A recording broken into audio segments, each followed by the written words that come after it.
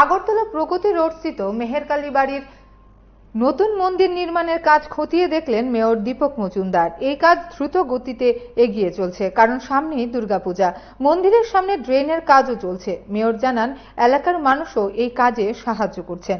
সংবাদ মাধ্যমকে প্রতিক্রিয়া দিতে গিয়ে মেয়র দীপক মজুমদার গোটা নির্মাণ কাজ নিয়ে আরো কি অভিমত ব্যক্ত করেছেন, শুনুন।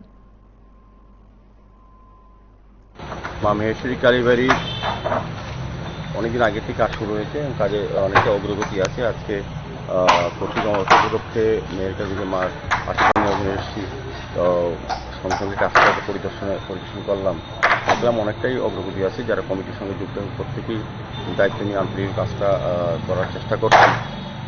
আমি আশা করব নির্দিষ্ট সময়ের মধ্যেই এই মন্দিরটা কমপ্লিট করা যাবে। সকলে আমরা সহযোগিতা করছি। সমস্ত ভক্তপ্রাণ যারা আছেন এই এলাকার এবং সারা রাজ্যের সকলের কাছে আমাদের আবেদন, এই মন্দির নির্মাণের ক্ষেত্রে সহযোগিতা হাত বাড়িয়ে যে কাজ করা হচ্ছে, কারণ সামনের দুর্গা উৎসব।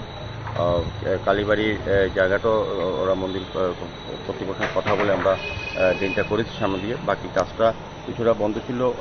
অ্যাডভোকেট সঞ্চিত চতুর্থী বাড়ির বাউন্ডারি ওয়ালটাও ওনার সঙ্গে কথা বলে উনিও খুব একটা আপত্তি করেনি। যাই হোক, আমরা ড্রেন করার সময় সরকারি জায়গায় যেসব যারই বাড়ি পড়ে যে ব্যক্তি হন, আমরা কিন্তু সেগুলো সরিয়ে দিয়ে ড্রেন করার চেষ্টা করছি। কাজেই সন্দীপবাবুও বলেছেন যে ওনার বাড়িতেও দুর্গাপুজো আছে, যাতে খুব দ্রুত কাজটা সম্পন্ন করা যায়।